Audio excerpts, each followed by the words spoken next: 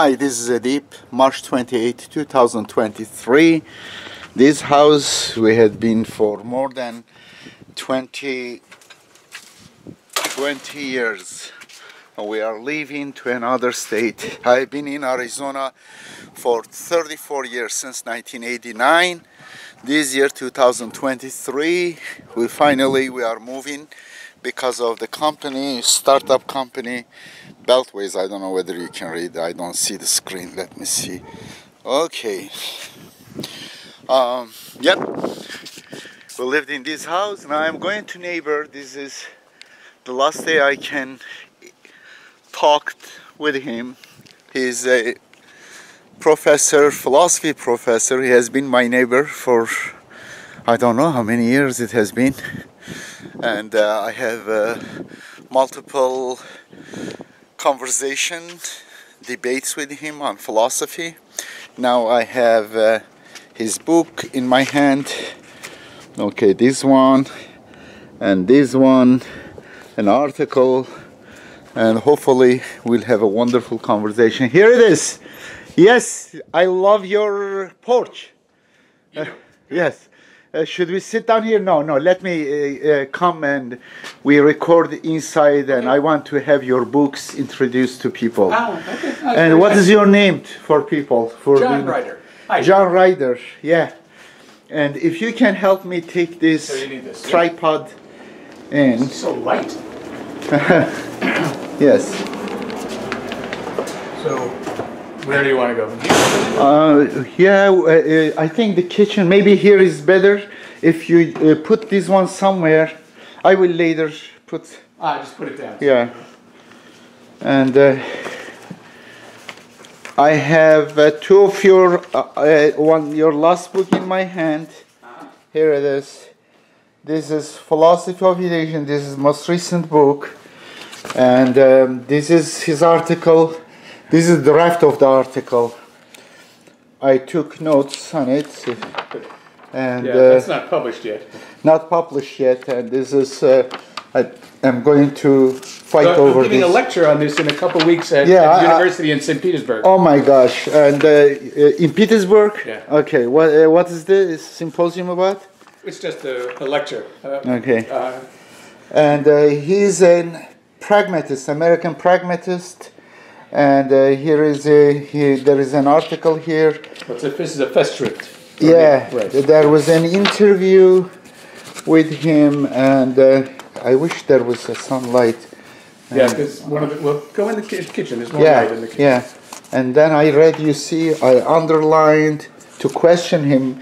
But this has been for a while. I forgot even the content. I need But to. these are all articles refresh. about me. You understand? Oh, really? This was a special issue this on is you? the festschrift. Yes, this is. Oh my God! These are all the articles about him. Mashallah, he's a tough guy. He's one of the toughest philosophers.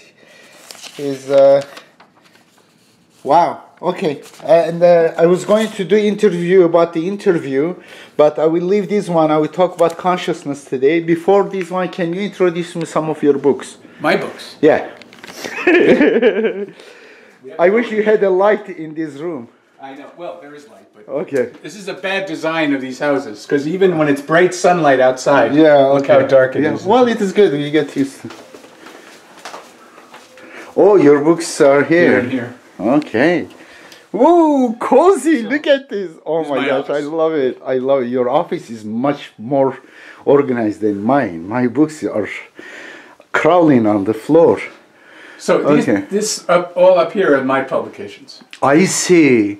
You know what I did? I created a display for myself. Yeah, I saw that. Yeah, it is very easy. I will show you. Well, you showed me. I saw what you did. Yeah. But these are wow. So this is all your work philosophical. This is from my master's thesis. The first one. Are these in chronological order? Yes. Okay. So the master's thesis in '77. And the PhD dissertation next to that. What was the master about? PhD was about topics. Well, you see the title on the master's thesis, Ontology and Religion. Oh, Ontology and Religion. And the PhD dissertation is some issues in philosophical theology. Okay. And then, yeah, it's all chronological. So then the beginning articles in the very, like 1980, 81, and then all the way to... Okay, tell me, month. I want to... these are your name, it's type, perhaps they find some in academia, maybe Google... Maybe, some of it. Or Amazon. Right. So you see the book, this American Philosophic Naturalism in the 20th Century? The sort of green one there, light green. Mm-hmm. This is this one. Yeah. That I edited. That was my first edited book. Oh, I see. And then this is I wrote. This is a monograph. Okay. You edited. Is it to be used for teaching, correct? Yeah, it can be. Okay. Yeah. Yeah. Or as a research tool. Great. And then this is a history of American philosophy, but through Russian language sources. No way. Because there was a lot of secondary stuff there that nobody And you know Russian. Yes, besides of English, course. you know, you were studying Greek. And Latin. Latin, yes. When I read Russian and French and Spanish. Okay. And this I edited co-edited with a friend. This on Cadwallader Colden. This I also co-edited with a friend. This is a kind of text. I didn't know you had so many books. Goodness sake! I was bragging about my books. You have more books than than mine. Well, I've written four monographs, and then about 7 or 8 articles, and then a lot of articles. Yeah, very nice. And so this is the Russian translation of this. I see. The American Embassy sponsored a translation and publication because it's a guide to American philosophy. Okay. This black one. And you have articles in all of these. Yeah. Well, some of these are my books. This is another monograph that I wrote. Oh, I see. The Things in Heaven and Earth. Oh, I know. I have that one. Right. Yes, beautiful. And then this is Knowledge, Art, and Power. Okay. Monograph of mine. Okay. It's a theory of experience, and then most recent is philosophy of education. Fantastic. Right. Okay. I am just curious about your books for my own curiosity. I will later watch them. This is history. Oh, a lot of Turkish history, by the way, here. Oh, really? Oh, here, so if you look, Ottoman centuries, Osman's dream, Ataturk, imperial legacy, Ottoman Empire, Istanbul. Hold on. Oh, very interesting. And then Russian history and other European history stuff. My books, you rarely see history books. Few maybe history books, maybe about a dozen or so. But mostly... And then this is Asian, philosophy, Chinese, math, Japanese. yeah. Well, the philosophy's all in the living room. Yeah, oh. Okay. Then American history, and then labor history, and some economics and social sciences, political theory. Okay. Hey people, you can push this button, space button, and then you can move forward and you can stop and go. You can increase these things if you are curious like me. I will go later one by one look at the cover of this book. Some of them could be very interesting, strange books. And I feel bad. I have been here, you never showed me your room here. Or you, maybe. How long have you been here? 3-4 years, something like Yeah, that. 4 years, and then... And this is a lot of political theory and international relations, and then some social theory, some linguistics, and then there's philosophy of education, other books on education here, and then some stuff on religion in the bottom too. Okay. Okay, we'll go talk. Good. And I will put this toward the end of the discussion so that people, you know, those who are interested, they go over it. But I want to give priority to I will put the end. Okay. Thank you, please. And then you have also some references, dictionaries and stuff. Yeah, this is have you ever seen this? This is the condensed version of the Oxford English Dictionary. Oh, condensed! It's in 2 volumes. Oh my God! This is like this. Crazy. I never seen. So weird. Have you ever seen somewhere? What is it? Oh, you have There's a magnifier. There's a magnifying glass. Oh, here is magnifying. Well, there's that one. This might work. Right? Yeah. But because you can't read this, you know, you need oh my God! Look at you this. need to do it this way. This is so cute. I can read it. Do you want me to read it? Hold on in your hand. You can read it just like that. That's small. Yeah, of course.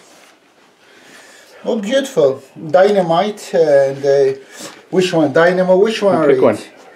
And the stereo, this lysine, dilute. I can read all the definition. Well, they're in bold. No, words are in unbold bold. ones. I can read Oh, even yeah? the smallest one. Yeah. You're a better man than I. No.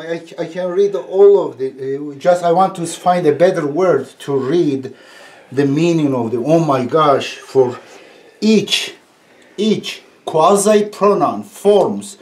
If very character, I cannot even read those character. Eaglewood and okay. This is the Applied to certain objects made in the form of an eagle, such as breast, and so I can read every small letter for you. and comma. Yeah. this is the ultimate sort of resource for English. Yeah.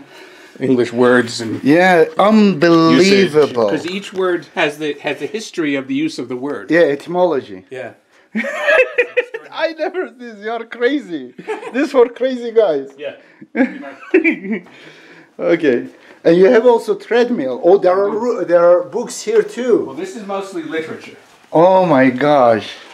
Careful, man. Yeah. So Wow. this is Russian literature up there for a couple, and then British. Okay. I have a few Irish. thousand books. It is to move. It is very difficult to move these things. And this is American literature. Oh. So, things Latin America, and then there's some science, psychology. Here's Asian literature. Hold on.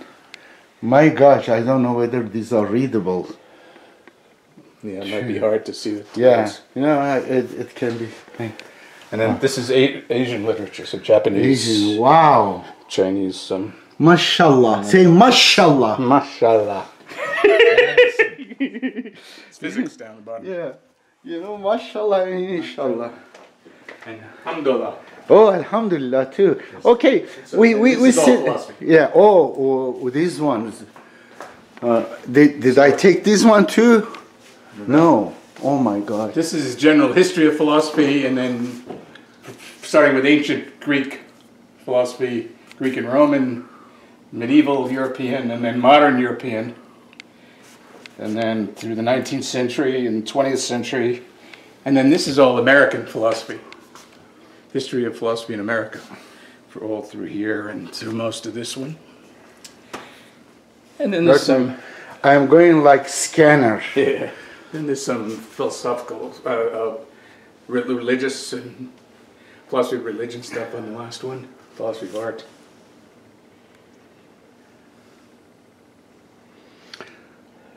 I hope their titles could be read. For curious people like me, these are beautiful collection of books. Delicious books! This is what I think. Lezzetli kitaplar. They're in several languages. Okay. Russian, Slovak, Czech. And you have a beautiful yard. I love it. I do. Mashallah. Very nice. Okay. What trees you have? What kind of trees? They're fruit trees. There's orange, grapefruit, and lemon. Okay, let's, do you want to sit us there? There's more light there. Yeah, better place. Okay. Okay, we are going to sit down and then we start talk. Basically, I'm going to put in the end. And this is Edip, by the way. Okay. Hi, this is Edip. Today is March 28. 29? Yeah. Yeah, March 29. Wow. In the beginning I said March 28. Well, coming here, I will add to this video. Therefore, you think it is different day. No. It is March 29. You know, when I came here, I started recording. Yeah, March 29. 29 is a prime number. There are 29 combination letters in the beginning of the Quran. That is. So this is an auspicious day. Very interesting day. Okay. Beautiful day. Every day is auspicious. We can find relation for every day. That's to right. honor them. And 29, I forgot about which atomic number. Oh, I have no idea. Oh my God. Google. Okay, Google. Can you ask Google or ask Siri? Okay, Google. Press it. Do you have the sound up? Or Yeah. maybe that's why. No. Okay, Google. You are not here for this. I know this is a Sorry. Shame, shame, shame. It says shame, shame, shame. Oh, so it's now searching for shame. Last night, I called my wife, and then I was going to ask her a question, and this phone was on the side. I was laying down on the bed, and then responded to me like my wife. We have in our sitting room in our apartment in Petersburg, Luba's computer is there, and we also have this Alyssa, like Amazon Alexa. And there was one time where the computer and Alyssa started to respond to each other. Yes, exactly. It was very strange. And atomic number 29 is copper. Today is copper day. Copper day. It's copper day. Now, here it is a few things. I recorded his books, his library, extensive library, if you have good eyes. And in his books, in his rooms, he has other libraries, very delicious philosophy books, history books. I put it in the end. Chronologically, it is before this, but I reverse. And you will see it. If you are curious, you can push the space bar, stop it and go magnify the screen, look at the books. Yeah, and John Ryder, he's a philosopher neighbor of mine. By the way, I was going to tell you a few things before starting. This is a very delicious conversation will be. I brought to make it more delicious. This is pomegranate blueberry. This is not advertisement. Don't buy this. I'm not getting money from this, therefore you will not buy it if you want. Yeah, pomegranate blueberry. When you buy juice, always look at it 100% juice. Sometimes they say the juice, but here it is 35%, sometimes 10%. No. A lot of sugar. This is less sugar. You see 25% less sugar. I need to add sometimes they have in big letters juice and underneath product. Yeah, they are very tricky in that regard. Yes. I'm putting in my tea. I know if there are Turkish people over there, they will say, this is, what is it? Anathema, this is haram. This is, what are you doing? You mess up the tea. They don't drink tea in bigger cup. In fact, I went home to bring my mug, this mug, and he was going to offer me a small one. My tea must be in a transparent. My coffee must be, I have few scrupulous. It is about this cups business. Yeah, it must be transparent, see the color, but I can mix anything I want, with the exception of ayran or milk. Now, John has been my neighbor. He has been very patient with me. Certain traits, he's opposite of me. He's more kind of introverted, demure, quiet, and I am kind of a little bit hyperactive kid around. You know, we discuss sometimes in the neighborhood, we walk, and we talk, beautiful subjects, and he's an atheist, but I don't think he's very committed atheist. You are agnostic. You don't hold that against me. No, I'm not agnostic. I'm not agnostic. He's American pragmatist atheist. Okay. But I'm not a militant atheist. He's not a militant. He has so much patience with me. Sometimes, you know. Ecumenist. Humanist. Ecumenist. Ecumenist. Okay. Yes. And I had multiple videos with him on different subjects. All of them at my home. I invite home because I trust my tea more than his bag tea. I make, in coffee maker, I make tea for us, and we sit down, we talk about issues. He's also politically very active mentally. He's involved in politics. He's not like one of those reclusive guys. And he has Alexa here outside. He sits down. He puts his feet on Ottoman Empire, you know, and sits down there, and then together I join him, put our feet on Ottoman Empire. This is, look at this, the legacy of Ottoman Empire, what has been. We can look in the OED and find out why that's called an Ottoman. Yes, it'll tell us. Yeah, he showed me a dictionary, the biggest Umbridge dictionary. It's the Oxford English Dictionary. Oxford English Dictionary. It is so small. Basically, 4 pages, big pages of the dictionary they put in one page. Basically, no, too many pages in just one page. Yeah, 4 pages. and therefore he needed magnifier. I needed to take this one off and look at it. I could read all the smallest fonts. Built-in magnifying glass. Yeah, and I know there are too many topics. Please put your phone away and turn it off like we did, because you don't want to miss this discussion. This is about a very, very controversial, interesting subject. And if I put in the title, I may not put in the title. I want just to keep it as Last Supper. No, Last Lunch. Last Tea. Last tea. Last tea. I know he's impatient right now with me. He says, why this guy is not coming to the subject matter? We waited this long. We can wait. You know, God sent me. God knew that in this desert, I was turned into a lizard. You know, no one on the street. I am in neighborhood. Let me show you. No. Wait, you. I want to move it up. This way. No, don't do Don't. He's.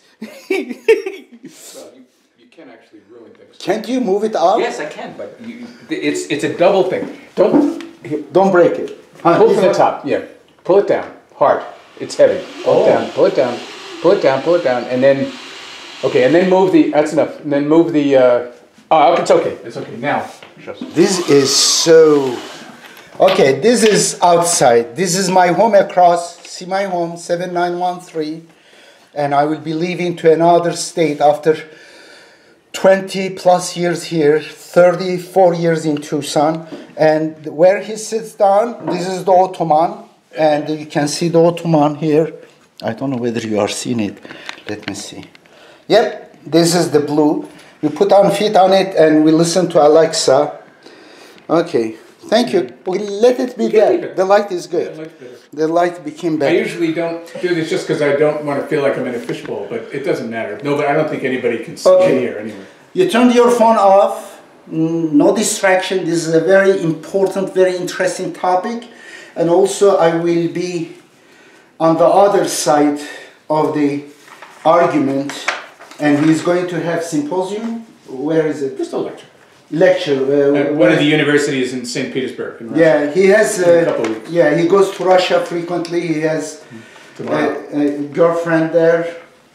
Yeah, or partner for long-term partner. She's also academic. She's philosopher too. Philologist.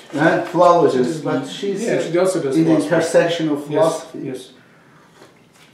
And this is the article that he's writing. This is the draft of the article, and we'll talk. And there was also Pragmatism Today. This issue was dedicated to him. All the articles written about him by philosophers. That's online. That one's online. Open access. Anybody can. Open access. Okay. Pragmatic Naturalism Today. Essays in honor of John Ryder. This is not obituary, by the way. This is in honor of John Ryder. Volume 12, Issue 2, Winter 2021. And this is just one article in that one. There are 25 articles. Yeah, 25 articles. No, that's not the table of contents. Yeah, this is not table. This is editorial board. Yeah, there you go. Those two. Oh, table of contents here. Well, you can check the internet for it. Yeah, a Google search for Pragmatism Today will bring up the site, and then you can. I will put the link under this video. Okay, under the video, the information section. I'm going to put link to this article about John Ryder. He's a wonderful person, very humble, very kind. And he's patient also with me because I am like a pestering. What was the bug? Okay, you know, Socrates. Gadfly. Gadfly. Yeah. Okay. And he has a long section in his library, a shelf, about the books that has been published, his articles or the books that he's edited. And he has also 4 monograms, means monogram. I say monographs means single-handedly written. Right. Can you introduce your books here? I would really appreciate it. Just we'll start. Yeah, this was the first of them.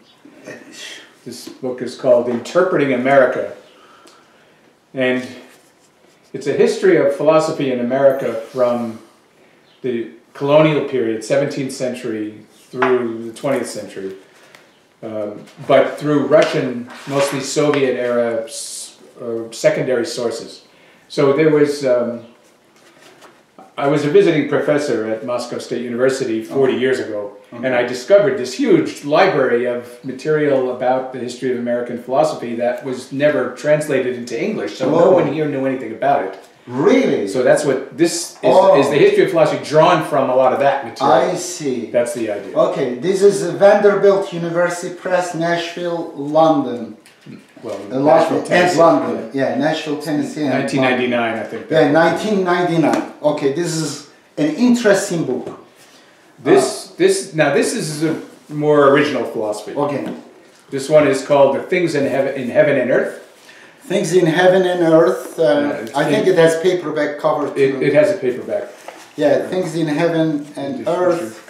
And it's Fordham University Press, 2013. Yeah, Fordham University Press, 2013. And it's the first half, the first two parts are really about systematic ontology and epistemology and conceptions of nature, developing a conception of nature, a relational conception of nature. And the second half, or the third part of the book is, well, there's the first part, the first two parts are this conception of nature and knowledge. I see. So there's a chapter on art, there's a chapter on faith. In that democracy. Part. And the second half, the third part of the book is about social and social considerations. Okay, and you dedicate it to Luba. Yeah. Fantastic. And the next is this is a kind of companion volume to knowledge, to Things in Heaven and Earth. This is called Knowledge, Art, and Power, and it's a theory of experience based on basically the same underlying ideas as Things in Heaven and Earth. And this one was published by Brill in Europe. Brill and in 2020. Leiden in Boston. Okay. Yeah. And this one is Philosophy of Education. Aha, Philosophy of Education. And this just came out a few months ago. Yeah, I have been teaching for 23 years, and last semester, it was my last semester. Now we are moving for Beltway's, our startup technology company. And I also taught 10 years in my children's school while teaching also philosophy part-time. But this is very interesting book. It is under my advisement. I have few short lists of books to read. In fact, while I am moving, I boxed all the books. There are few books I didn't box it. This is one of them. But this is written as a kind of, in a way, it's almost like a textbook for advanced undergraduates or graduate students who want to consider philosophy of education. Okay, great. Now, let's come to our topic. Okay? Now, with John, sometimes we walk and then talk. And then once this topic came about what is consciousness, correct? Consciousness. And in that one, when I say, well, consciousness is basically the brain is the one is creating consciousness, or the consciousness is there. I mean, it is me is my brain. I am the brain. No, it says absolutely people. Yeah, he's lost in that one. To me, he's wrong, but we'll discuss. Now, in this article, you have a very beautiful start, and I don't know the rest. Most likely you mess up, but the beginning is good. People who know more about this than you and I have read this and said, yeah, that's pretty much right. Well, I'm not those people. You're not. No. Okay, now the question is, I have to put this anecdote. I have a philosophy friend of mine at the University of Arizona, I forget, but his name right now. He wrote a book on consciousness. The name of the book is On Consciousness Explained. If you write Consciousness Explained, University of Arizona professor. You said Arizona? Consciousness Explained is Dennett, isn't it? Well, maybe the title was very close to that one. I will put a link to that one. It was the title there was word consciousness somehow. Consciousness explained. I think Dennett has that one too. Yeah. I don't know whether another word, similar word, was in the title. And then the book was this thick. He signed it. He gave it to me in his office, and then I said, goodness sake, I will not read this book to know what I'm experiencing every second when I'm alive, correct? And experiencing something is one thing, explaining it is something else. Well, I explained. They're not the same, right? Yeah, well, I said, if I hit someone to someone's head, will become unconscious with this book. That thing. I said, summarize it for me. Yeah. It's not easy sometimes. For example, shoelace. Tighten shoelace, it's easy, correct? Explain it how to do. Right. It will take pages and so many figures. Right. Oh my God, you're Most of us couldn't do it. You're right. Yeah, he's right. Sometimes it's not easy to explain something so obvious. For example, explain color red for me in writing. Right. Okay? Don't give example, this color red. I don't know those things. Just explain to me. For example. Very explanations are a whole different thing from experience. You're right. Yeah. Okay. But notice that this doesn't propose to be an explanation of consciousness in my little 10 pages here. You are basically indicating some errors. Some errors that are commonly made. Yeah, commonly made. It's very modest. While discussing, yeah. It's a very modest little endeavor.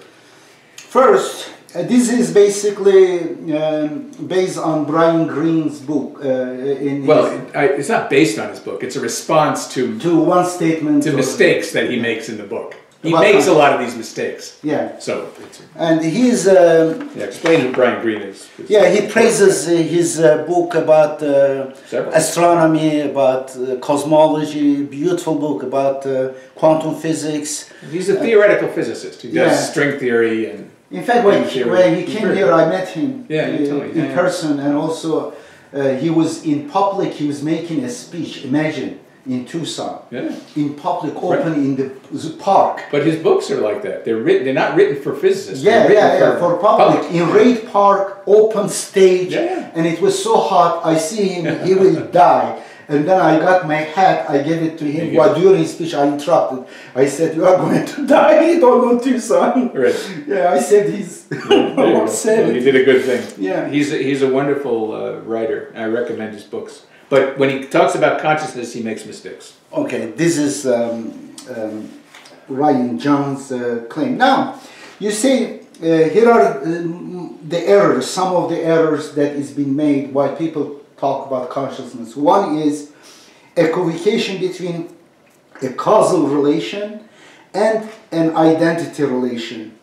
And you say the claim X causes Y is not the same as the claim X is Y, correct? As is identical to Y. That's right. Is identical or is nothing but Y. And some people talk as if they're the same. Sometimes you see that. Something causing something doesn't mean it is the same thing. Yeah. Okay? Now, under it he says, so, for example, the claim that consciousness is caused by bodies that are particles in motion is not the same as the claim that consciousness is nothing but particles in motion. I don't like your examples. I think examples... It's a commonly offered example. In fact, Green says exactly that in his book. No, I don't like Green's also. Well, so I'm just reporting a mistake that's made. Let me offer you a better, to make people understand better, better. Very good. No, I'm not saying your example is wrong. Your example is good, but because here there is some abstract idea about cause body, the particles in motion. The problem is what is consciousness. Since we are not clear about that, when you give an example about creating problem with consciousness, and it is already the question. Okay, but be careful. Not from what I say here, and in this example of that particular mistake, nothing follows about what consciousness is. I know. Okay. But what is not? It's just, well, no. It's a claim about the logical relation of two propositions. Okay. X causes Y and X is Y. Okay. That's all. May I suggest you a different example? Whether you like it or not. There are a lot of examples. Different examples. Okay, many different examples. Because I want to give example Not the in issue at question. Yes. Something else so that people can relate better. Good. I say, for example, bee creates honey, causes honey, but it doesn't mean bee is honey, identical to honey. Yeah, that kind of example. It's simple, very... Right. Okay. And that's a good one. I agree with you. This is, of course, a major mistake could be done. And you have also B, also the claim that X is identical to Y does not follow from the claim that X causes Y. It doesn't follow from. So this is a point about implication rather than just identity. The other way, reverse also is not right. Right. Okay. Right. And X is identical, does not follow X causes. Okay, beautiful. And like flower is not causing another flower, maybe. Something identical to other, for example, twins. It doesn't mean that identical twins, they are causing each other, correct? Yeah. Well, but they're not identical. They're not identical in this sense of identity. This is strict identity. X is Y. Not X is similar to Y. But X is Y. Means this is strict identity. Occupying the same space and time. Or, well, yeah, except you can make the claim, you could make identity claims about things that aren't spatial also. So it's not, I wouldn't define it as occupying the same space, but it's what logicians call strict identity. Okay, great. Number 2, errors that is committed when people discuss consciousness, according to John Ryder, is confusing a constitutive relationship with an identity relationship. The claim that X constituted by Y is not equivalent to the claim that X is nothing but Y. That makes sense because it could be one of the ingredients. Right. There could be other things. Yeah, yes. Other things. Right. Is constituting. Exactly right. Like honey has nectar in it, but doesn't mean honey is nectar. Right. But physicists make this mistake frequently, not even talking about consciousness. For example, there's a famous example of from 100 years ago or so. I forget his name, but he makes a claim in one of his books where he says that a table, this table, is nothing but tiny particles moving at very fast speeds in largely empty space. I see. But ignore the form of the table. Ignore all sorts of things about all sorts functions of the table. That it's now a philosophical example. Right. It's not only particles. It is like Aristotle said, 4 efficiencies, 4 causes. So Aristotle knew better. Yes, absolutely. Yes. Divided into 4. Aristotle knew better. It's not just one thing. That's right. Yeah. That's exactly the reason. But I love that. Unfortunately, people do make this mistake. Yeah. Okay. Please pay attention. This is a very delicious topic. And at least we think so. We think so, and you should think so either, too. This is about your consciousness. Okay, confusing the third error, confusing a necessary condition with coextension. I have a problem with coextension, trying to understand. It means equivalence. Okay, let's see. The claim that X is a necessary condition of Y is not equivalent to the claim that X and Y are coextensive. Coextensive means they are connected to each other? It means they're equivalent, basically. Do I give another example there? I don't know. Well, your example is already about consciousness. Okay, we'll try it, and maybe we can think of a different one. So the claim that brain is a necessary condition of consciousness is not equivalent to claim that brain and consciousness are coextensive, or that consciousness is simply the brain functioning in certain ways. Right. It's similar to an identity claim. Yeah. I'm going to keep my question mark here. I need to reflect on it longer, deeper, why John is not next to me. Okay, and B, you have the second example. There is the related problem of confusing correlation with identity. Interesting.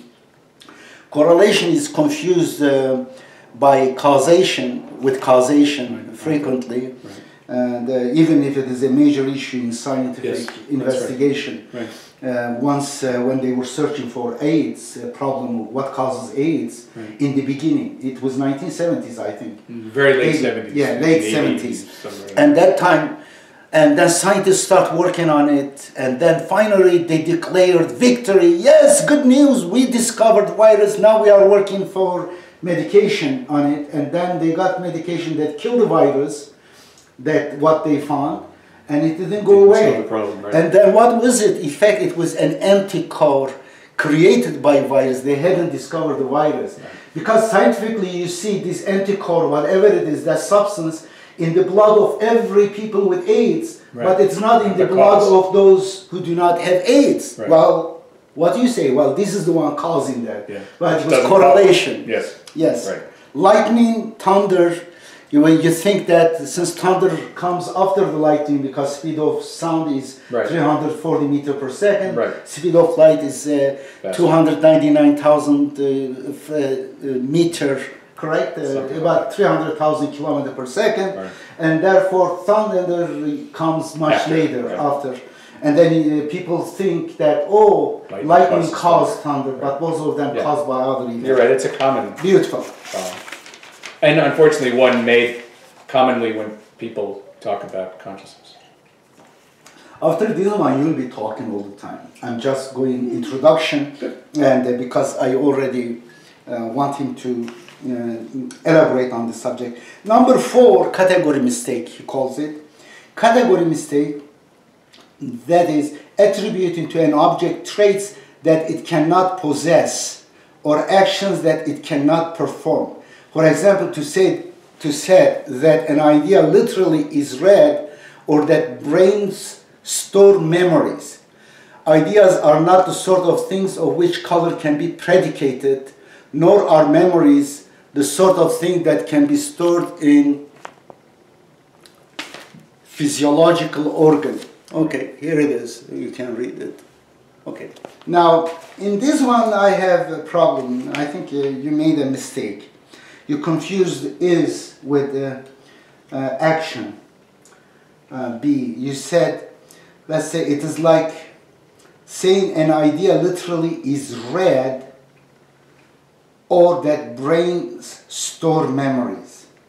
Well, similar to that one, if you want to give an analogy, then brain is memories. But brain stores memory is different than they're different kinds. Idea is read. For example, ideas create read would be the analogy. They're different kinds of properties, but the larger point is that ideas can have certain kinds of properties.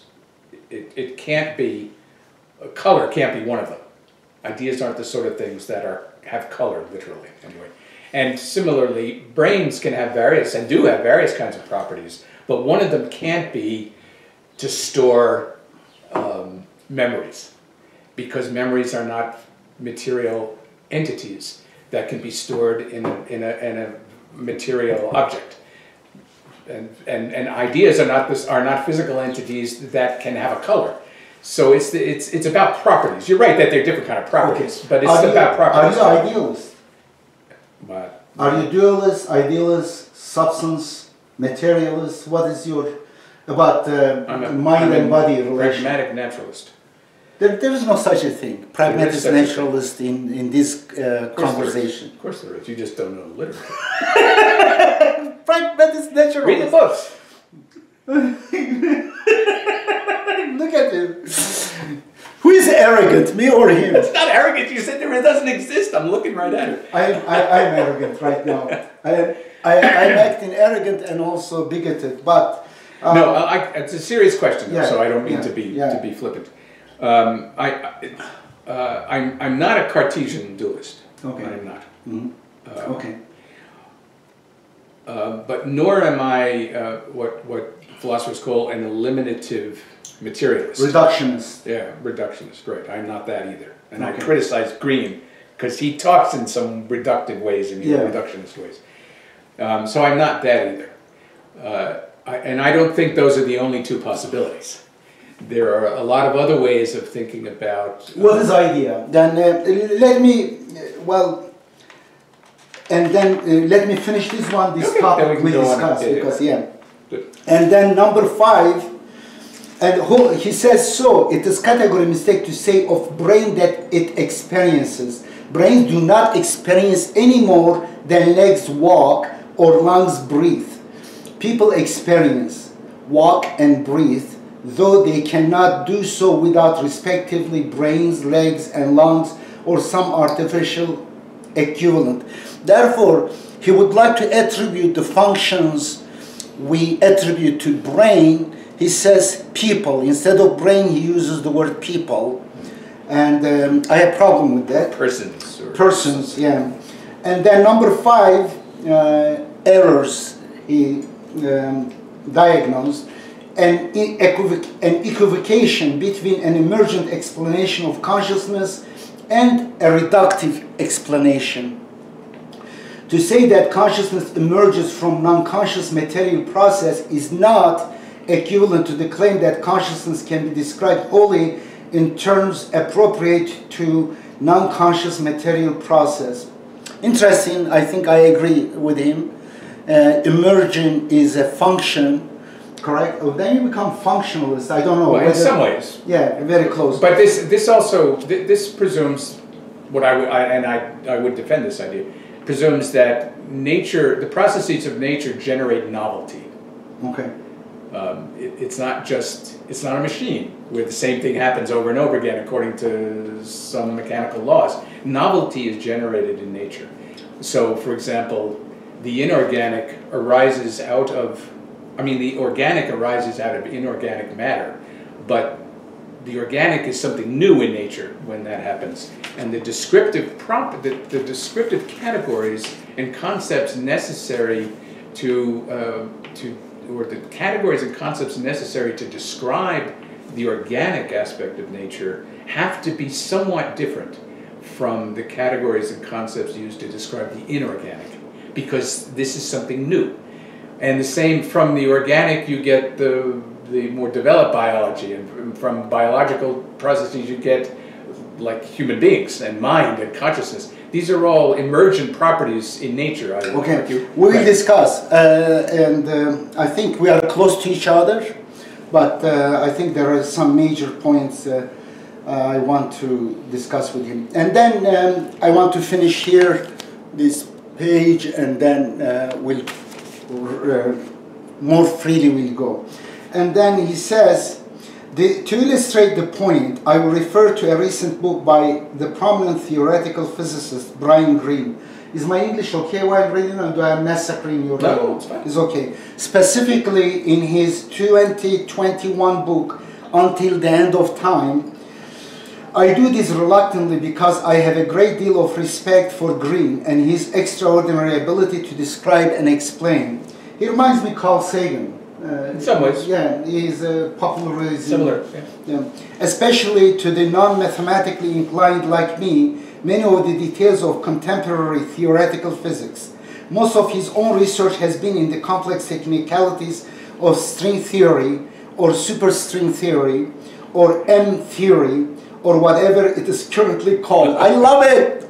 You see a smiley face. Whatever it is called, and because they come up with many new jargons, and recently they come with vacuum fluctuations. Oh yeah? Yeah, everything came from that. It was singularity, Big Bang, but later, what is it? So this is some new concept. They said nothingness, but nothingness, they couldn't explain how come. And then they changed the name of the nothingness, a new tag. It's called quantum fluctuations. Everything suddenly came up. What is it? Well, they have to generate other things. It is basically endless going. But he is a master at clearly expressing the subtleties, subtleties of quantum mechanics, gravitational theory, and contemporary cosmology. Whatever I think I know about contemporary physics, I have learned from reading Greene's books. Wow, I love Greene, would love you. And I recommend them to anyone with an interest.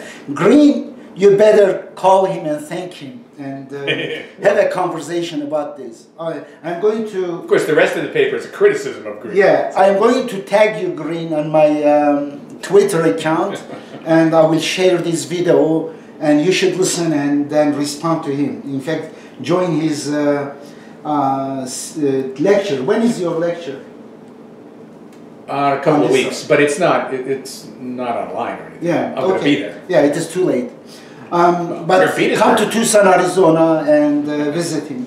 In Until the End of Time, Green poses for himself the remarkably complex task of offering a possible explanation of nature, from the quantum jitters of subatomic particles to the formation via gravity and entropy of galaxies, stars and planets, to the origin of life, all the way to the appearance of consciousness, mind, and meaning. That is about as audacious an undertaking as one might imagine, and we are in Green's debt for his effort. He is in his element when he's talking about quantum account of subatomic particles and the basic physical forces at work at the level, and the Big Bang and cosmic background radiation and black holes, and the reconciliation of the second law of thermodynamics. Don't get bored, pay attention and learn about these concepts, with the formation of galaxies, stars, and planets. Though it is not his field, he seems equally comfortable in his account of the ways organisms may have emerged from organic processes, of the genetic features of cellular structure, and of the generally Darwinian story of the origin of the indefinitely large number of species that have existed and that currently exist. When he gets to consciousness, however, things become a bit less satisfying. In the spirit of attempting to forestall future instances of questionable reasoning, and therefore to advance our understanding of consciousness and related terms and concepts, I will use some of Green's account to illustrate the mistake described in points 1 to 5 above. And then here is two more statements. I'm done with this paper, and then we have free talk. Green uses the term nested naturalism, in quote, to describe the view that he is inclined to hold with respect to a general understanding of nature and everything that constitutes it. Page 341 and 42, note 8. To describe his view as a form of naturalism, to distinguish it from supernaturalism, he thinks, as many do, perhaps you, myself included, that whatever exists can be accounted for without appeal to supernatural entity or force. Uh-oh, this is bad. He thinks as many do, he says, myself included, not me, himself included, I should correct it, that whatever exists can be accounted for without appeal to a supernatural entity or force. Ridiculous. He's a naturalist, as am I. Yeah, this is ridiculous. BS. Well, it may be wrong. It's not ridiculous, literally. It may be wrong, but it's not ridiculous. Yeah. Okay, this is it.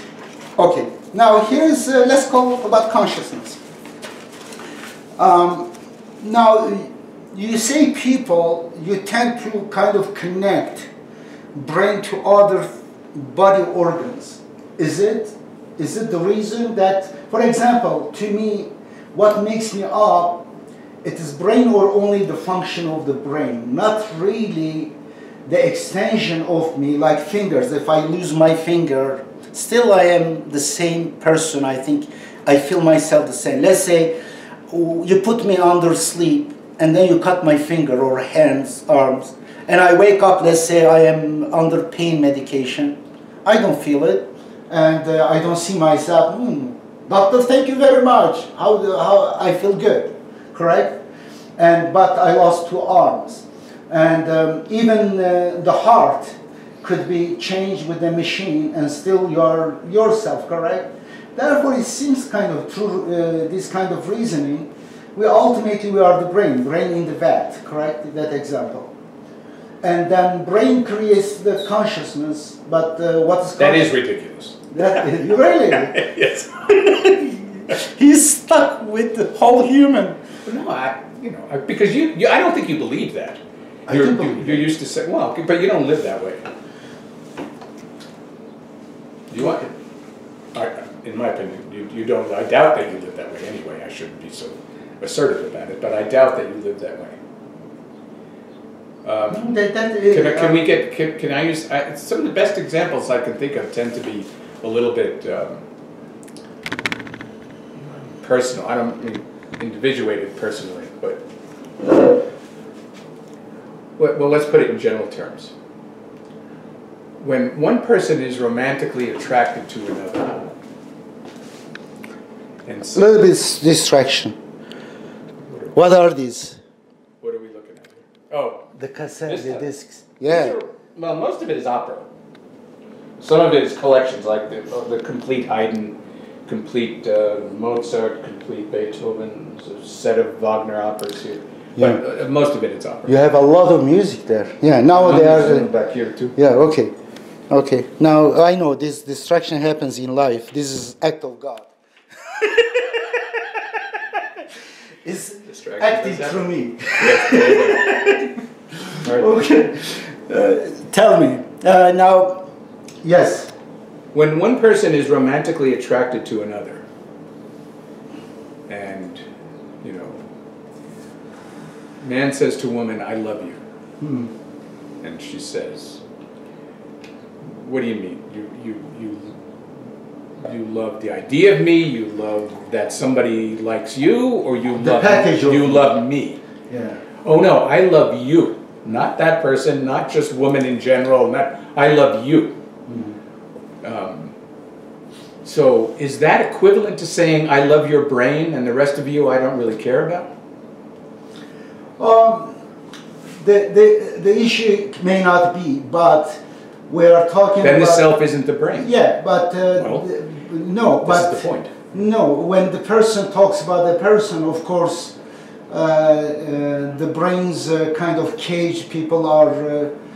maybe they are attracted to that. They're attracted to all kinds of things. They're attracted to the way but the person moves in the world. They're attracted to the the way the person relates to somebody else. They're attracted by their legs. It doesn't mean consciousness is. And we're not talking about consciousness. You're talking about what constitutes a person. Now, forget about consciousness. You said the person is personal identity is entirely the brain.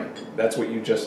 Identity is the brain. Well, I just gave you an illustration of how you don't even believe that, because your love for your wife is not a love for her brain. No, it may include a love for her brain. Yes. Although you don't really know her brain. Yeah. It's included. It's her in general. I'm talking about love of me. I'm not really talking about my fingers, my nose, my ears. I'm talking about my delicious. But first, you're making drawing a conclusion from certain remarks about I can lose my fingers, I can lose my toes, and still be me. You want to say inexplicably to me that therefore what I am is my brain. Yeah. But I'm just giving you an example of how you don't believe that about people. No. Other people perception of me is not me alone. It is me plus the package of me.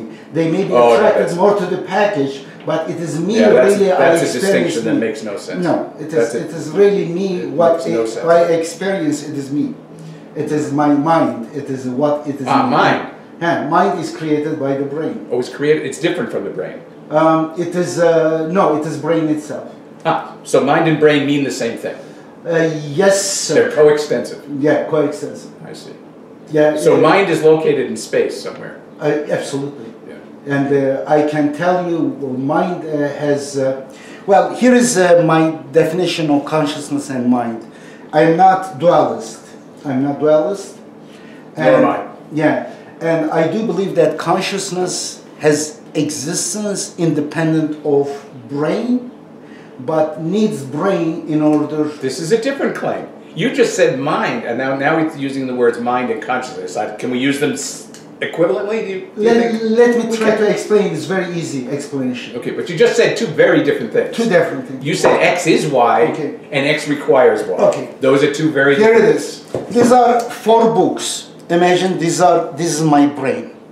This is a compilation because the brain is made of billions and billions of neuron cells, correct?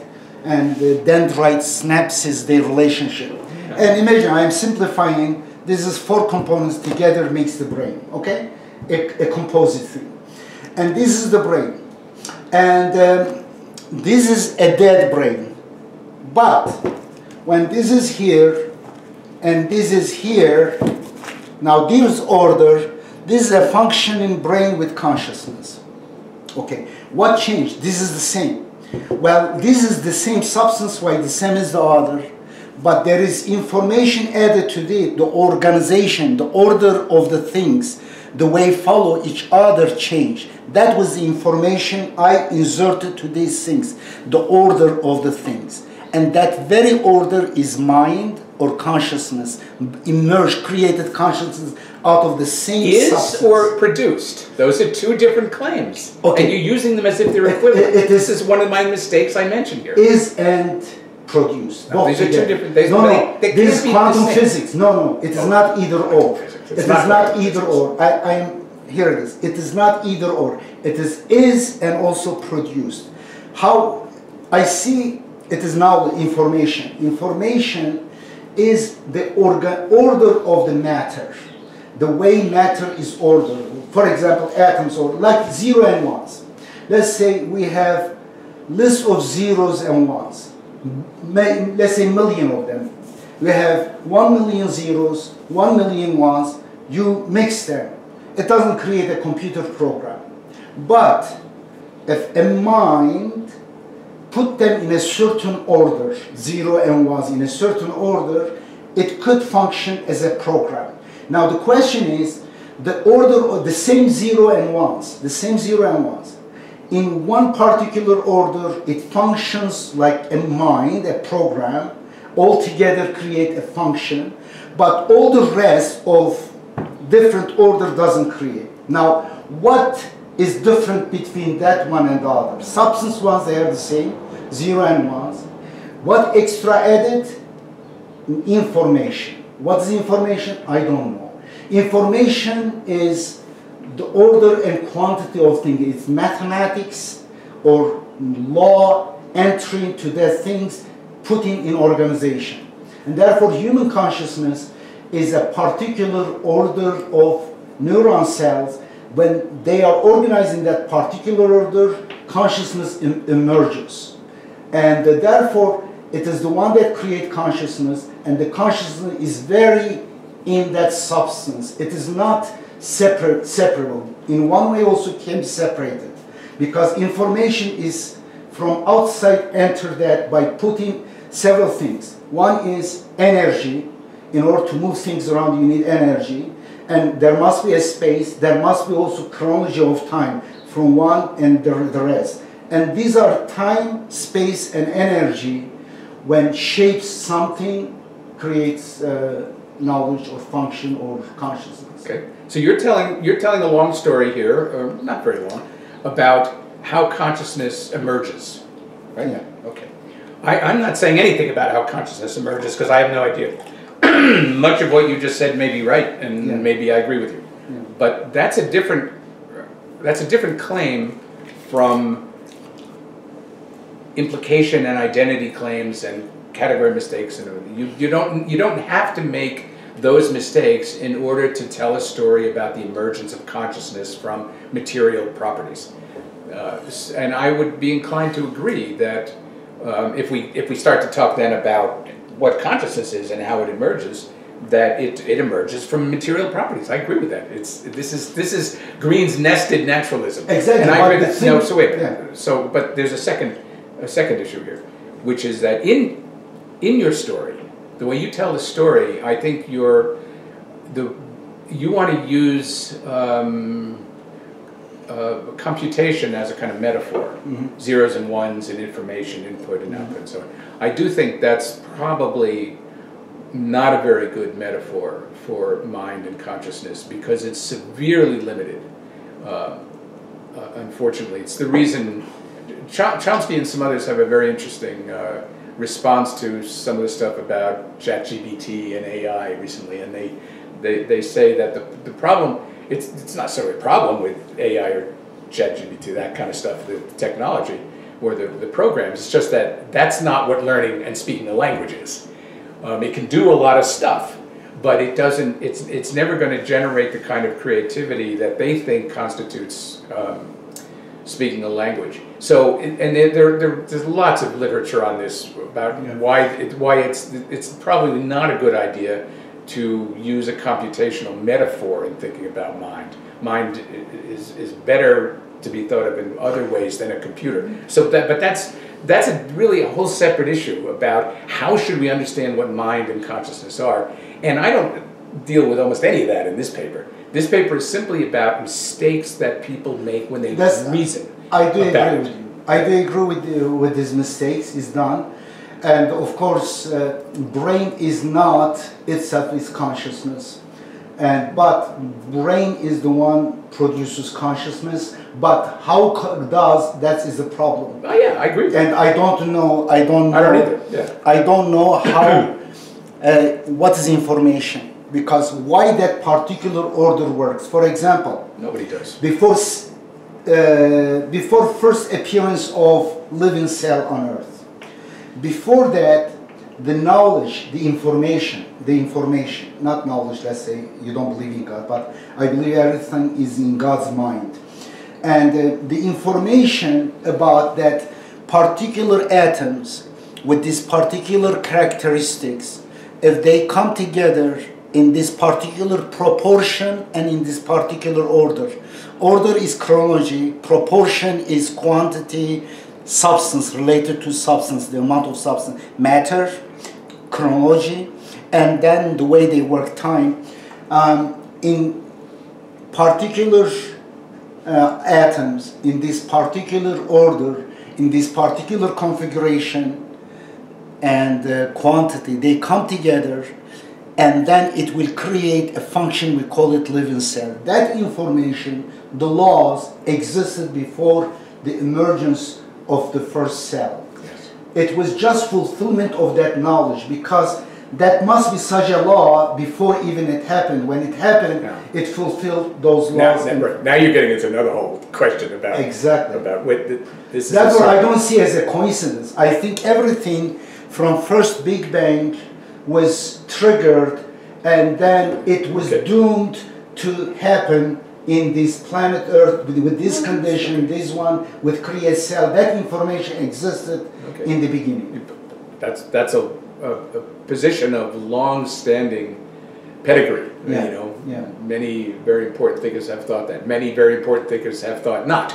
Yeah. That it is like so imminent. I do believe that it's imminent. Okay, but you can believe. You can sit here and say anything. You believe anything but at all. Okay, what is the alternative? That's the best explanation. Well, there's a lot. No, it's not the best. There's no other explanation for how there is novelty in nature. That's not just built in from a sort of pattern.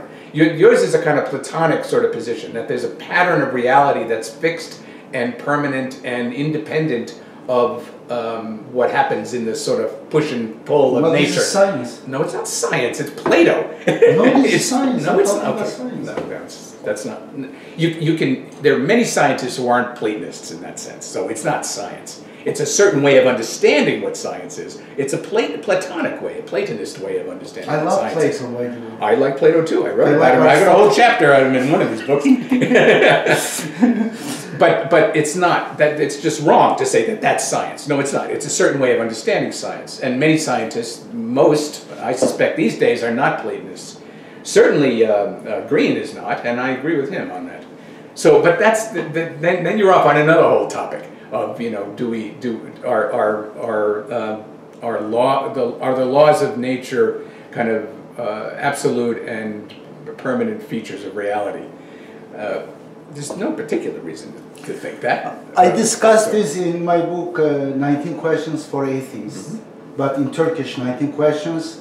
I subtracted 9 questions in English version, 10 questions for atheists in English. Well, the one you gave me was, I thought, 19 questions. No, I don't remember. Maybe Turkish is 19 questions. Well, you gave me the English version. English version is 10 questions. Okay, well, I bet you didn't read it because you. Not only did I read it, I responded to it and sent it to you right after you gave it. He did it. He did it. He really very thorough criticism. He did it. Thank you very much. I will put that response in the next. But we haven't talked about the response. Yeah. Yeah. But it sounds like, I mean, there's a lot of other stuff here that we disagree about, the Platonist reading of science and so on. But it sounds like there are a lot of points of agreement here. I don't like to talk about information the way you do. I wouldn't give explanations I'm in very terms of information. puzzled by information. I'm very because very interested in what is the nature of information. Well, I think it's the wrong question. One of the reasons you're puzzled is that you're asking a question that there isn't. Wrong question. You're asking the wrong question. But my preference in talking about this is to talk about relations rather than information. Anything at all, not just physical things, but anything, is constituted by its relations. The relations that make it up, that are parts of it, the relations that are functional, there are all kinds of relations. There are relations that are categorical, there are all sorts of relations. Those relations taken together in a certain kind of way, we can be more specific about this and more precise, are what constitutes something. So that's why, you know, I would never say of any object, a real object, that it can be understood in terms of information or changing information or something. Information is relevant to many things, but I don't think it's the generic sort of descriptor that we would want it to be. But these are very, very difficult and tricky questions. I want to, through some... By the way, before you do that, this book, especially the first couple chapters of it, work out that relational idea. Relational. And also the first chapter. Is it feminist relational idea, or is it feminist? No. Is talking about relations. No, ontological. It's an ontological. Ontological question, not feminist, because feminists also emphasize relation. Well, you know, so do marriage counselors. But that doesn't mean we're doing marriage counseling. There is a feminist philosopher focusing in ethics and relation. Yeah, but those are relations among people. This is an ontological point. Yes, okay. Here it is. I want to ask some questions, and the questions are very simple questions. Through that, try to kind of explore the idea of what is human consciousness. And one is, I do think that with the technology improving, and it is possible to basically transfer my mind from my brain.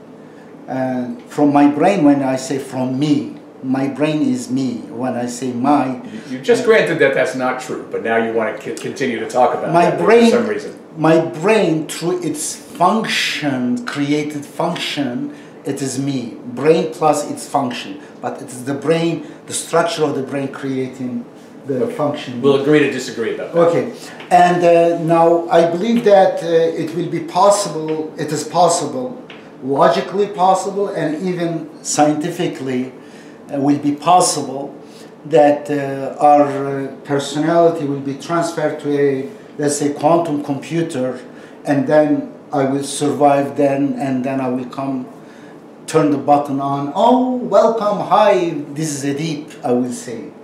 And I think it is possible. And that computer could have extensions like hand, arms, or no. It could be in robot shape, and it's easy to create a facade, a face of the computer, even create a very soft rubber, looks like, from a certain distance, looks like exactly like human being. In fact, if we are very too much interested in finding hair, they could put hair on it. It's not, it is two simple things. It is the cover, the package. But it is, I think it is possible that if we can copy what relation I put in terms of the information in the brain, transfer it to a different matter. It is the function what is important really, not the matter itself. Whether that's right or not, and I have no idea whether that's true. I rather doubt it, but what do I know about what's possible? Okay. Yeah. Neither do you. About what's possible. But we have ideas, all right. For that to be right, I think as a kind of prediction of what's possible, or a description of what's possible, the metaphor, the computational metaphor in which you talk about the brain or self, the mind, would have to be an adequate metaphor. Once you advance... Distracted. You know who George O'Keeffe is? What is it? She's a painter. Yeah, I know. Oh. Yeah. Well, she painted these scenes of the desert, in the Mexico desert. Yeah, I know. O'Keeffe. Okay. These are from, there's several of them around. They're from the Museum of Modern History, not the Museum of Modern Art in New York. The computational metaphor would have to work. That would have to be a reasonable metaphor, reasonable way to think about mind. If that's the case, if that is a reasonable way to think about mind, then it would make the kind of thing you predict more possible, more likely. Right now, but I doubt it. Computer is analogy of human being. There is hardware body, and there is. But that's exactly what I'm suggesting. We don't have very good reason to think that way. Well, about the human being. you know, people like you, I think, like Turing. Well, the Turing tests are interesting. Turing tests, I think, is. This is the theory of human beings. Yeah, I would like to read this one, but I think Turing test is beautiful test. Says put humans and computer behind a door, behind a wall, curtain, and then ask them question. You don't know which one is computer, which one is human. In turn of century, my gosh, that time he thought about this experiment. Well, no, and then it wouldn't the turn of the century. 50, 60 some years 50s, old, more than. right. Yeah, and then he said, if you cannot know for certain which one is human, which one's computer, then the computer is human. I do agree with that. Therefore, I don't think that it is the nose, the teeth, or fingernail is making me. It is really the idea. Those aren't the only two possibilities, Yeah. right? That either it has to be a human with face and hair and so on, or to be a human, or a machine can be human. Yeah. Those aren't the only two possibilities. You Okay. understand? So to dismiss one is not necessarily support the other. It would only be if those were the only two possibilities. Right. And in 2000, before 2000, what time Deep Blue beat Kasparov? Was Kasparov? In the 90s or Yeah, early in late 2000s, 90s, 90s I think. Yeah, in late 90s, there was a major controversy discussion whether computer could beat human master chess player. And some would say, no, but chess is our domain, is a human mind and stuff. Never, computer can never beat, but the computer. But that's a claim about what's possible technologically. That's not a complaint. That's not a claim about the nature of human beings, because it still can be the case that technology can do extraordinary things that we can't imagine yet, which is almost certainly true. It is from us. The technology we basically reveal as God. What does the Bible says? God gave His Spirit to humans, to us. What's called logos, inspired. What is the word? Verb is used for that one. And I think that the knowledge in our mind, the information we put through computer in all the technology by typing it and coding the computer and putting input into the computer, basically from our mind partially would give the computer. Software of the computer is from human mind, even the hardware, but hardware is more nature. And therefore, Eddie, you have spent all this time telling us what you believe, which is fine. You're entitled to believe anything you want. But believing something is not its own evidence. You know, that you believe X is not evidence. How you make the computer? You're telling me about what the mind is. The mind is just this. And what's an alternative? There's one. And there are many other alternatives too. Give me one alternative. Alternative to what? Let's be specific. The computer. I do say. So thinking about human as a computer? The computer is resembling us. The more we listen, the more we import or export our information that makes us to the computer, the more computer look like us, resemble. Right now, our intelligence more, not only information we put in the computer and got a lot of information, knowledge, computer has so much knowledge could have. And then also we put the problem solving and intelligence to the computer right now. We are imparting from us to that, and soon the computer will become like us, even better than us. Better than us, that's the problem. Because I do believe now that... you're just spinning stories again. Yeah. There's no evidence for any of this claim. Really? Other than that computers are products of human beings. So of course they are. So are the books. So are fields that produce crops. What So is are software? machines. They're all products of human being. That doesn't mean that a human being is any of those things, or any of those things are human beings in sort of minimal form. They're related to human beings. That we create those things is certainly part of what it is to be a human being, that's for sure. But it doesn't follow that the corn in the field, or the fact that there's a field that produces corn because, you know, we've plowed it and planted the seeds and everything else, is there for us any more than it follows that a computer, because we've created the programs and we've built the electronics and the technology, is there for us. All the house across the street is the product of people. It's a product of human design. It's a product of people construction. Okay. But the house is not a person, and it's not going to be a person. But So house is containing kind of the information in the mind of humans. That information is So what we are is in part the, related to the house and the fact that people build houses. Yes. Sure. Yes. Yeah, but part of the information we put in the house, the structure, the design I of the don't house. see what helps about information, but yes, we're agreeing about that much. That the fact that human beings build houses is part of what it is to be a human being. Yes, indeed. But the house doesn't become a human being as a result of that, nor does a computer. But it is computer is different. The computer is different. In the house, we are not trying to make something look like us. But in computer, really, we are trying to make basically the goal will be to make another human being. It is homo deus, whatever you call it. And it is more resembling us than the house. But that you've got this back to front. There may be any number of people working on computers and programs that are trying to create a kind of artificial human being. Okay, they work however they want. But there are many people who would never say that, yet are working on computers. So they're not trying to create human beings. I know, independent of their intention, whether they have the intention or not, regardless of that, the very computer is, through hardware and software, is so much resembling us. The more it gets sophisticated with time, the more we impart the information from us to the computer, the more computer will become more resembling to us. Well, the graphics. That's what I said before. Only if you're right that the mind is basically like a computer.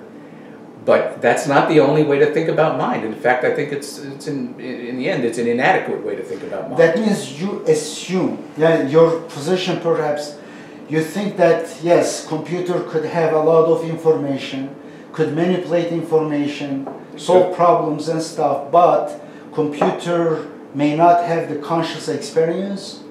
Well, right now it doesn't. My guess is, now we're back to the question you raised earlier. I don't know whether that can happen, and you don't either.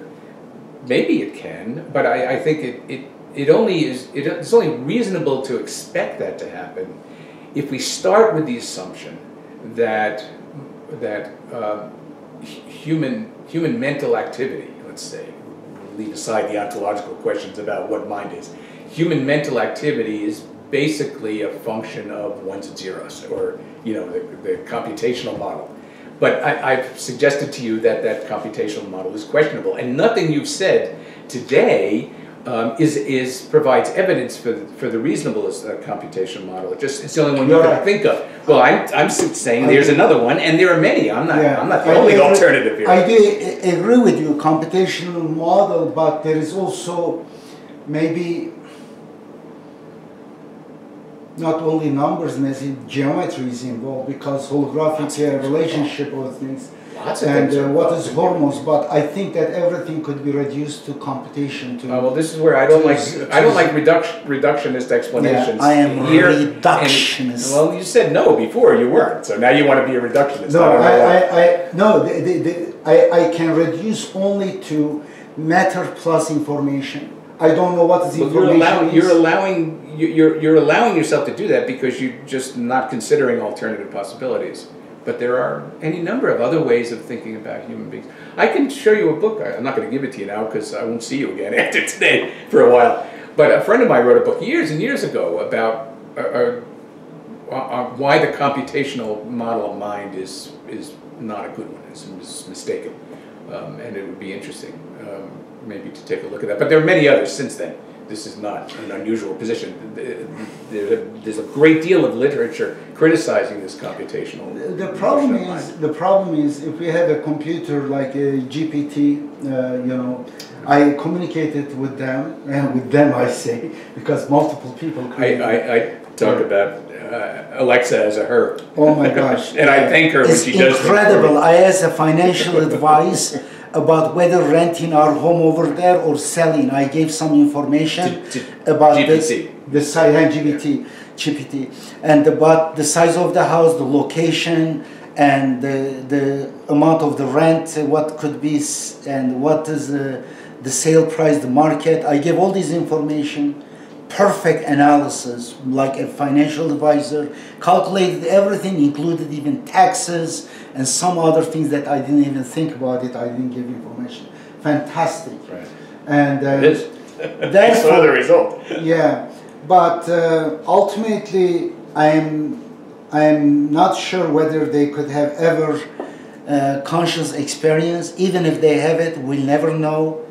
Even they don't have it, we may not know. Because I don't know whether you are conscious being like me, and you appear to be conscious. You could be a robot.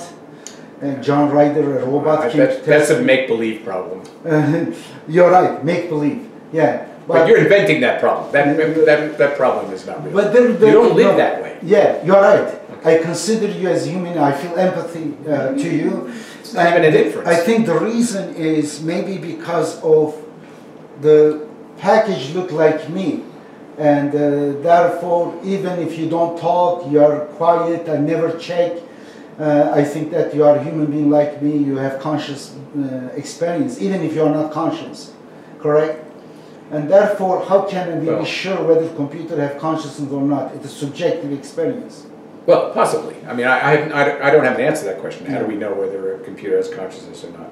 I mean, at some point we may have to we're going to have to confront it more seriously, because if it will act, if technology starts to act in ways that look more and more human, like it gets creative, shows emotions, and it starts cursing, all that stuff. If that kind of thing happens, then we're going to have to confront, if nothing else, ethical problems. Yeah, it is. Oh, for sure. Yeah, absolutely.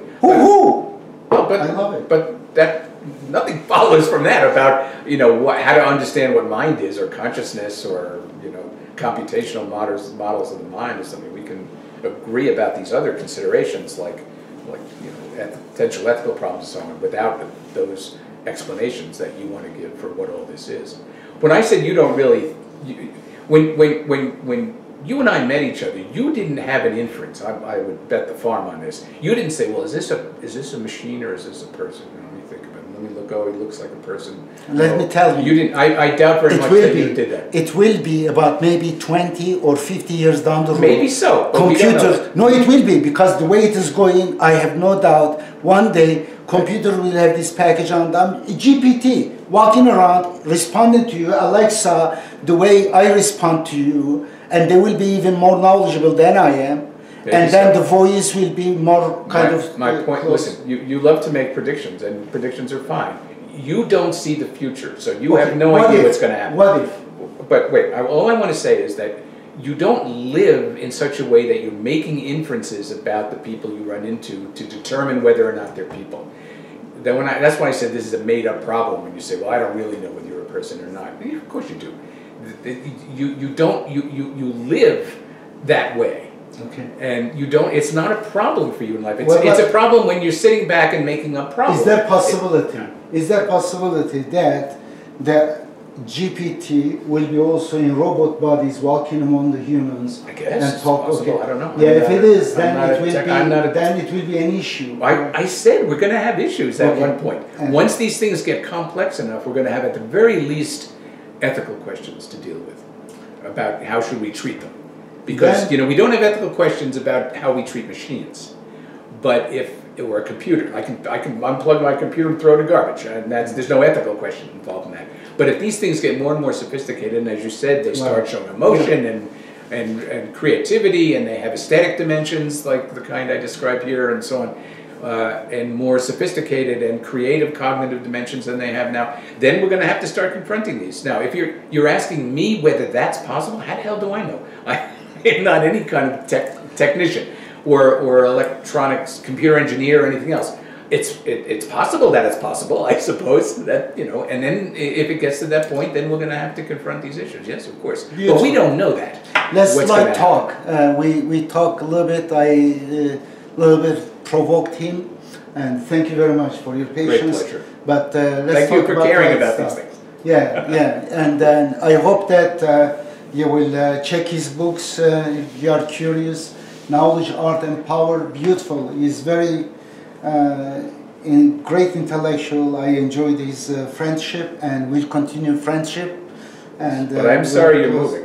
Yeah, I'm sorry too. I don't like missing him. I mean, I wish you good luck and all, but I don't like it. Yeah, and but if I become a filthy rich, I will establish a place for philosophy. I have an idea share with you, and if you become filthy rich, contact me. Or if I become filthy rich, I will do myself. I have a design, beautiful building design. In fact, I didn't apply for patent for that one, but 2 building designs I recently applied for patent. But this one is a hexagon, basically 19 hexagons like this, a building design, and the walls collapses basically in between the rooms. Each of them, imagine a room, hallway is the middle one, and all become one place when the walls, transparent walls like glass could become a wall or open up or go down and up. And it will be Brainbow Center, where Socrates meet Hypatia and Epicure. Good. Why not? Do you like the title? No. You want who else to meet? Whom? Oh, no, those the subtitles fine. This it's the brain stuff. That Rainbow. I know. Rainbow. I know. I get the play of words. But I would avoid the brain stuff because again, it's just another way of making those mistakes. People bow. He would prefer people right. bow. No, I wouldn't actually. Brainbow Center. Let's talk about these 3 philosophers. Are they good pick? Where Socrates meet Hypatia and Epicure.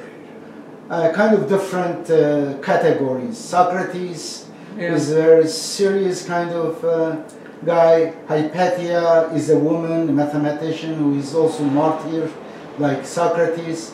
And Epicure, who is associated with good food, because we serve good food there too. Enjoy life. Yeah, although you might sort of broaden it a little because not all good thinking has started with the Greeks. Okay. There were Chinese and Indians and Arabs and all I give him chance to add 3 more people on his side. Which 3 philosophers you would add to this subtitle? We create a little bit more. We add 3 more people. What would be? Well, Confucius would be one. Confucius? Of course. Really? Sure. I don't enjoy Confucius. I think it's too rigid. That's a different question whether you enjoy it. Yeah. Confucius, what else? Buddha, maybe Buddha better than Confucius. Come on. You asked me what 3. I'm telling you what 3. Confucius would be one. Except Buddha was not a philosopher. He was a religious figure. But a Buddhist philosopher would be all right. No, I think Buddha was a philosopher. There are some attributes to him that he was considered even atheist during his time because he asked people but to we have different ideas about what he had fascinating ideas. And I like Buddhism very much, actually. I studied it, but he doesn't defend the ideas. Yeah, right? He doesn't have arguments. Philosophers are not just people with ideas. Yeah, arguments. Anybody can have ideas. Yeah, you're right. And then what else? So some Buddhist philosopher would be good. Part of my PhD dissertation I showed you was on the classical Buddhist philosopher Nagarjuna. Yeah. Okay. But it's very obscure. Yeah. Very difficult. I would say some Islamic philosopher, but you know them better than I do. For example, would be Ibn Rushd. Yeah, Ibn Rushd or Ibn Rushd. Ibn Sina maybe in his own way. Right, one of those guys. Ibn Rushd. Yeah. Yeah. Okay. He wants to add some from Asia. You're right. I am one-sided, and I'm not very familiar with Asian or so-called Islamic philosophers. I don't really categorize people according to their geography, but I am shaped, unfortunately, by we all are. the Western philosophy only. But I don't really have much Eastern philosophy, they call it, because, as he said, I don't see much arguments that appeals me. It seems kind of like preaching and giving good advice. Yeah, there are arguments. Confucius has arguments. There was certain kind of, there's these wonderful chain arguments that show up in Confucian literature. And the Buddhist philosophers have arguments, very sophisticated arguments. And I imagine, see, I don't know even Rushdie or even Sina well enough to know whether they do, but I think they do. These were Rushdie, serious people. Serious philosopher. Yeah, right, and also Maimonides. Maimonides is another. Maimonides is a Jewish, Spanish philosopher. Okay. 13th century. Yeah, we may add a few philosophers give it from a little other cultural breadth Yeah. beyond just. Okay, and last words, whatever you want to tell people. Well, thank you. You're very kind if you've sat and listened to this. Until now. Okay. Mashallah. Thank you very much. Appreciate it. Hi, this is a supplement to what we talked, that we are going to another state. I want to keep it secret. Don't say it, please. Okay. And over there, we have about 15, 20 engineers, because some engineers part-time working with us on project basis. And meanwhile, we decided the internship program for beltbase.com. And then 3 interns will get paid interns for the summer. And we asked the university, the nearby biggest university, to share the information that this request to engineering department graduate students. And 21 students applied. This morning we interviewed together with my co-founders, my 2 sons, with 21 applied, and one of them is from Jordan. These are graduate students in these 3 areas. Some of them in aerospace. Also, we need also a programming engineer, basically, computer engineer. Anyway, one was from Jordan, one from Taiwan, no, Hong Kong, I'm sorry, Hong Kong, Jordan, and one from United States, American. The other 18 left. 18 were from which country? They're all international students. Which country? India, I would guess. Yes, India. Unbelievable. Wow. I'm so proud of them, and they are very hardworking, diligent students. We interviewed this morning about 7 of them, and we continue tomorrow and Friday, 3 days, we interview all of them. But this is the reason it's so silly for Americans to think that if they cut off, say Russia in this case, from the U.S. and Europe, that they're isolating Russia, and or they're not going to sell them technology or something. I've made this point to friends. If you go into just about any graduate level, serious, PhD granting, computer science department in any university in the country, majority are almost all of the faculty, including the students, are from India, China, Russia, and the Middle East countries. Middle East. Yeah. There are very few Americans. That's so somehow they think by cutting people off from America, they're going to cut them off from the source of the information. What are you talking about? The information here is all coming from there. Yeah, unbelievable. Yeah. Incredible brain import. The United States is a magnet of brains from around the world. And I don't know exactly what is the population demographics of the university, graduate students, but this is a kind of reflection. Of course, maybe some Americans, they don't need internship, maybe. I don't know, I doubt. There are relatively few in these programs. Yeah, there are relatively few. That is impressive. I think this is maybe all over the United States in universities. It is. Majority are foreign students, therefore Americans You should Not just foreign, but from about 4 different places. Yeah. China, India, Russia, and the Middle East. Yeah, you're right. Yeah. And they are so much driven, and that means the American people who are born in the United States, they get relaxed. They go to humanities and arts and psychology. They're not doing that anymore either. Humanities are disappearing. Yeah, unbelievable. This is not right. We should encourage everyone in education system. We need to have more critical thinking, creative thinking, and more focus on philosophy, because philosophy really creates an engine of curiosity for everything. And I am a philosophy, I'm a philosopher, I call myself a philosopher, you are a philosopher too. Every child is born is a philosopher, but they cease become philosopher when they pass through assembly line of family structure. You cannot question, you cannot ask, and then school again, their structure, they poke holes in the skull of the students and put some little bits of information, right? Grains of information, few molecules from galaxies of information, and then they basically questioning student will be troublemaker, shut up and stuff, and then also in churches and mosques also their critical and creative skills from childhood is pruned and even destroyed, correct? They burn it and they say, well, this is taboo, you cannot question. And then when you go to work for someone, they have to shut up, not question, not critical over the thing, because usually they like people to be yes men and follow the orders. And therefore we need to change this education system. I think it is really based on memorization route. Well, actually it isn't. The schools don't operate on memorization anymore, but it's still not being as, it's not as successful in terms of well, there is not really much philosophy education. No, there isn't. That doesn't mean everything else is memorization. There are all kinds of other things going on. Not much discussion. But it's not much, it's not much critical inquiry. Yeah, for example, geometry. I was lucky to be in a school that though it was parochial school, we had philosophy. We had philosophy classes. I enjoyed the most of those classes.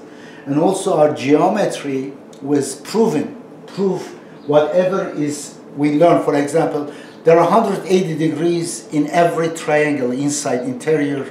And what is the proof of that? We have come up with multiple proofs, and the book would guide us, but it opens our mind. Or quadratic formula, where it comes from. We start from scratch, we generate our own formula. We understand every step. Aha, we know why b squared means what, plus, minus, what does it mean, x1, x2 equals quadratic formula inside square root and stuff. And all of these mathematics also should not be memorized. Right. When you learn it, the reason why you don't learn it that way. Yeah, and if you do that. yeah, and therefore science in the United States, this is really personally we experienced, and foreign students so much driven and they work hard, and we should also work hard. Mm-hmm. Yeah, we are in education, and you wrote, this is philosophy of education, John. I had just an interview with him, a lengthy interview. I will put the link here. This is after the interview, while discussing what I was doing today, this morning. That came to mind. I thought it is good, important to share with you guys. Thank you for your patience.